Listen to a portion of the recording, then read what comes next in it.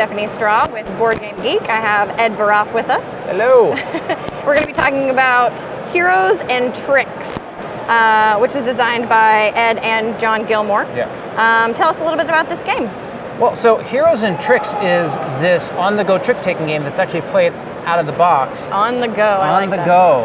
And so the box is totally a custom design, and we can take the little advertisement off, so you'll have it like this, and when you're playing, you're going to be drawing heroes from the box, if I get that right. So you're using the box, it's not just a storage device. Yeah, so we deal out hands, and the heroes... You want to put them right? Sure. Let's put them right here. Well, so the heroes, which are all... There you go, perfect. All these guys, I think I'm still okay. Yeah. These all go in the back of the box here. Okay, and then it tells you on the... Yeah, hero cards, back of the box. Okay. And then we also would have had already dealt out hands. So there's two types of cards. Okay. There are your standard play cards, which are dice, meeples, coins, tokens, and oh wait, that's meeples as well, and cards. And these are all shuffled up. I like that. And then you have your gear cards, which are a whole bunch of items that you can put into the game, right? So basically what's going to happen is those heroes are in the back of the box, and we're going to deal out some, and they'll still be, just for the sake of showing it, there'd still be some of these that were never dealt out, and some of these, right? So whatever. That's in the box. First player is going to take this card, and unlike, so in a normal trick-taking game, the player who goes first normally sets the trick, right? They're going to play Ace of Spades. Right? But in this, you actually draw that hero out, and this is hidden information. The box is setting the trick. Yeah, the box is setting the trick. And it's hidden information, so the player who got it is the only one that knows it. Oh, okay. And then that gets played. Now, there's a little diagram up here at the top, but basically in this game, you want to have suit and color. Okay. So the best card I could play to win this would be that same suit and that same color. Correct. So if I go back to the cards now, perhaps I've put them in the box, but I didn't. So, and it's a 1 through 8 deck. Yep. And so the best would be this. Yeah. I put this in. Now, I might not have that. I might have a lower number. You probably don't. If you don't have color and suit, then you can do, you can win on color and then on suit. So it sort of downgrades. So color trumps suit. Yeah. And so and that's all handy and on the box right here, so I like that. That was a fabulous idea that John had. And so it looks like it's in there. And so basically what's happening is this is sort of a hidden information deduction game, because the next player, this box is being passed around. Yeah. And the next player is not going to see what you've played. So let's say, for example, I'm going to actually grab a couple more cards from in here for showing an example. Let's say I don't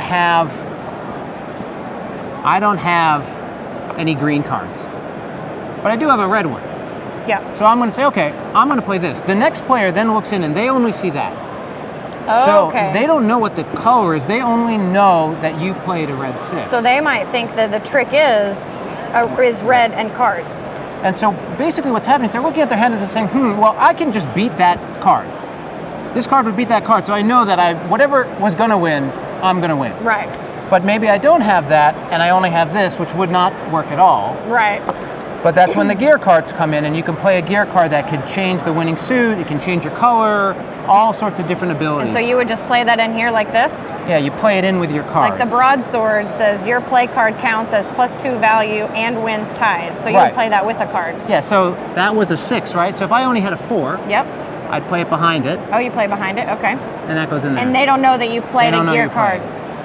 So everyone is going to play their turn, whatever. Play all 5 players. Yeah. And then there's a reveal where you show this was the winning hand, and here's what everyone played. So it was on red, winner would have been the 7, but this was played, which is that. So it's fast, it's quick, tons of fun, and it really works. I mean, it actually works better when you're standing in line or walking around playing it. We have an open face Because you don't have cards on a table. Right. They're all in a box. They're all in the box, and you're playing it in and handing it around. Yeah. And so what's the time? You say about 20 minutes or so? For sure. Yeah. How many players? 2 to 4? Yeah, 2 to 5. Or 2 to 5? Okay. Awesome. Actually, I think we had 2 to 6. So Let's see, it's not here. we oh, were, 2 to 6. yeah, You yeah. upped it. No, we actually, it was 2 to 7. It was a little intense. okay. It was too much of a telephone game, and then we dropped it to 6. So yeah, it's 2 to 6. Is there table talk allowed at all? Can you be like, I played a. Oh yeah, it's all I played a. whatever you want. Red 8 or something like that. Yeah, sometimes you're, at a table eating and you're talking about other things, or even So you might go, I played a gear card behind that card. if you want, you don't have to. And you could also. You could lie, say you did. You can play it in the car, all that stuff. So it's lots of fun. Yeah. So that is Heroes and Tricks. I like it. And where can we get Heroes and Tricks, or where can we see it?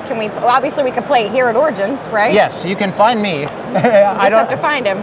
Just look, you see me, say, hey Ed, can we play? And I'll say, sure. And then we'll, wherever we are, I'll pull it out of my bag and we can play it. Otherwise, this is actually an early version. The color, we're still working on it to finalize the box and the components and stuff. It looks amazing. It's coming along really well. Yeah. But the Kickstarter funded, so this is now the the time we rejoice, and but they can still back it on Kickstarter right now. No, it's funded. It's done. Done. Okay. It's done. We're going to be putting a pre-order up and that kind of thing. But as far as this is concerned, it's in development, on its way. But Herbaceous is a game that's going to be on Kickstarter. But for now, if you find me, there's a couple of these around, and you can check it out. And it will be in friendly local game stores. Absolutely. Do we know when? Do you want to say when? I have until May. I think it's going to be probably February or March. I didn't. There was the Great Heroes, but you may have noticed that perhaps some of the heroes are a little different. Well, some of them are not quite done. Yeah. So we got to get through, but the art's going to be fantastic. So this was Dustin. The art already is fantastic. Faust and Ben as well worked on that. It was great. Awesome. So that is Heroes and Tricks. Yep.